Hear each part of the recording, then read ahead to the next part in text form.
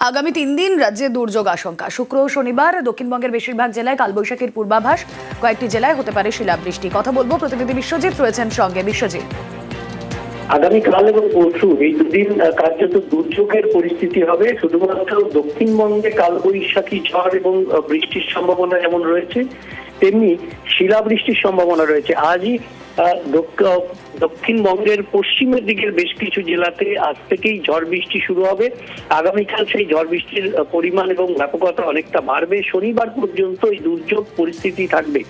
উত্তরবঙ্গের ক্ষেত্রে এই দুর্যোগ আরো বাড়বে, কারণ উত্তরবঙ্গে ভারী থেকে অতি ভারী বৃষ্টির সতর্কতা রয়েছে। দার্জিলিং, কালিম্পং, জলপাইগুড়ি, আলিপুরদুয়ার, কোচবিহার এই 5 জেলাতেই ভারী বৃষ্টি এবং এর মধ্যে জলপাইগুড়ি, আলিপুরদুয়ারে অতি ভারী বৃষ্টির সতর্কতা থাকছে।